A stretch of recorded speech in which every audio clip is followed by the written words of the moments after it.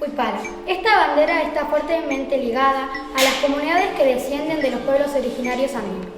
Desde un comienzo, la huipala, que hoy conocemos, fue un emblema del pueblo aymara. La huipala, como emblema andino, siempre fue cuadrada, porque expresa la organización y armonía. Los lados de esta bandera y los cuadrados interiores mantienen una proporción idéntica, simbolizando igualdad y unidad en la diversidad de los pueblos originarios andinos. La huipala se ha convertido en un emblema cultural de los pueblos originarios de los Andes, pero también como símbolo de más de 500 años de resistencia a la opresión, la explotación y al marginamiento.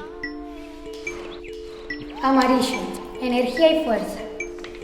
Naranja, sociedad, cultura y educación. Rojo, el planeta Tierra, Pachamama.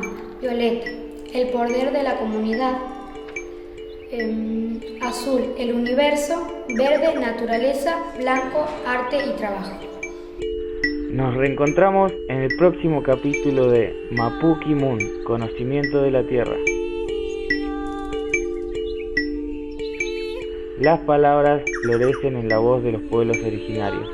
No estamos solos, aprendemos del pueblo tehuelche mapuche. Un programa de radio realizado por el EIB, Educación Intercultural Bilingüe, de Chubut y los alumnos del Colegio 734 de los